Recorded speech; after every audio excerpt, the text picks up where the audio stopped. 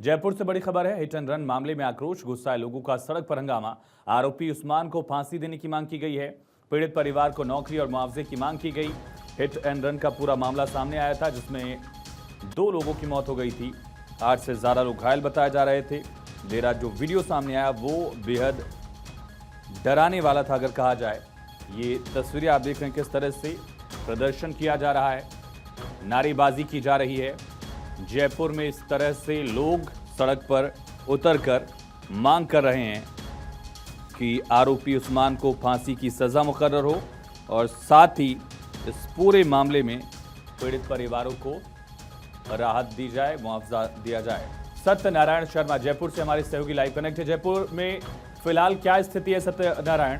जो हम देख रहे थे कि सड़क ब्लॉक है, क्या कोई आश्वासन, कोई भरोसा दिया गया प्रशासन शासन की तरफ से?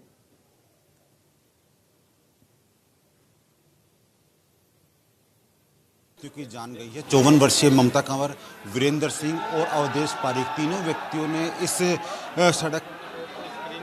सड़क हादसे में इनकी जान गई है। इस घटना के पश्चात पूरे जयपुर शहर में इस घटना को लेकर काफ़ी थू-थू हो रही है और शायद इसीलिए नारगढ़ थाना इलाके में जहां पर ये घटना हुई है वहां पर आज सुबह से धरना दिया जा रहा है। जो मृतकों के आश्रित हैं उनको 1-1 करोड़ रुपए की नगद राशि, इसके साथ में जो मृतक के आश्रित हैं उनको एक सरकारी नौकरी और साथ में एक सरस डेयरी बूथ का अलॉटमेंट की मांग कर रहे हैं। खुद जो विधायक है हवा महल के बालमुकुंद आचार्य मौके पर पहुंचे हुए। हम दिखाना चाहेंगे आपको जो यहाँ पर हंगामा हो रहा है वो सुबह से जारी है। 7 बजे हंगामा शुरू हुआ था। लोग अपने अपने ढंग से अपने अपने घरों से जब बाहर आए और थाने के बाहर लोगों ने जाम लगा दिया और साफ कहा कि हमें जब तक मुआवजे की घोषणा नहीं होगी तब तक हम ये धरना नहीं हटाएंगे।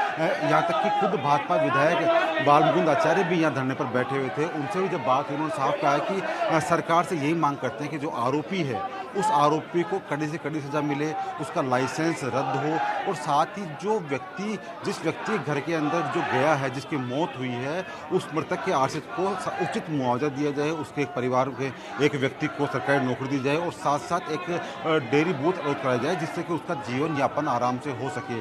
चूँकि जिस जगह ये घटना हुई है उस जगह 40 किलोमीटर प्रति घंटा के हिसाब से भी जो वाहन है वो नहीं चला पाते, तो ऐसे में शराब के नशे में धुत होकर जो उस्मान नामक व्यक्ति है उसने काफ़ी अधिक यानी कि 70 किलोमीटर प्रति घंटा के हिसाब से गाड़ी चलाई है और उसके पश्चात ये घटना कारित करी है। एक के बाद एक जो सामने आया वो अपनी गाड़ी से उसको उड़ता हुआ चला गया। तो इसीलिए काफ़ी विद्रोह है, काफ़ी रोष की भावना है लोगों के अंदर। लोग मांग कर रहे हैं कि उचित मुआवजे की मांग को लेकर जब ये घोषणा हो जाएगी तो हमें धरना छोड़ देंगे और जो रास्ता जाम किया गया है, चाहे वो छोटी चौपड़ हो, चाहे वो बड़ी चौपड़ हो, चाहे वो चांदपुर हो, चाहे वो नारगढ़ हो, तमाम जो रास्ते बंद किए गए हैं उन्हें खोल दिए जाएंगे। जी सत्यनारायण, अगर पॉसिबल होगा तो इन लोगों से भी बात करेगा। और पुलिस ने अब तक क्या कार्रवाई की है, कहां तक पुलिस का कार्रवाई पहुंची, जो घायल है उनकी हालत कैसी है?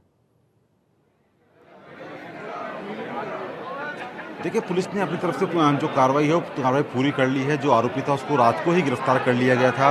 उसका मेडिकल करवाया गया जिसमें उसने अत्यधिक शराब का सेवन मेडिकल में पाया गया है। उसकी गाड़ी जब्त कर ली है। पुलिस के स्तर की जो कार्रवाई है वो पूरी हो चुकी है। लेकिन जो मुआवजे की राशि की मांग आती है तो सरकार के ये अधीन ये फैसला होता है कि सरकार जब फैसला लेती है उसके ऊपर फिर अमल करना होता है। तो ऐसे में सरकार के फैसले का इंतजार यहाँ पर किया जा रहा है और जब सरकार का फैसला होगा उसके पश्चात यहाँ पर घोषणा की जाएगी। घोषणा के बाद ही ये लोग जो यहाँ पर बैठे हुए हैं, धरने में बैठे हुए हैं, वो यहाँ से खड़े होंगे। लेकिन ये धरना केवल यही नहीं बल्कि छोटी चौपड़ में भी सेम स्थिति है, बड़ी चौपड़ में भी सेम स्थिति है और जयपुर शहर का हृदय स्थली कही जाने वाली परकोटे के अंदर आज स्थिति है। और जो व्यापारी है, व्यापारियों ने इस धरने को पूरा समर्थन दिया और अपने अपने जो प्रतिष्ठान है, जो बाजार है, वो उन्होंने बंद कर रखे हैं। और यही कारण है कि आज सुबह से परकोटे के अंदर तमाम जो रास्ते हैं वो डाइवर्ट किए जा चुके हैं। जो विधायक हैं यहाँ के बालमुकुंद आचार्य, उन्होंने लोगों से अपील करी कि शांति व्यवस्था बनाए रखें और सरकारी फैसले का इंतजार करें जिससे कि जो फैसला सामने आएगा वो कहीं ना कहीं परिवारजन को और राहत पहुँचाने वाला होगा। और यही लोग चाहते हैं कि अब जो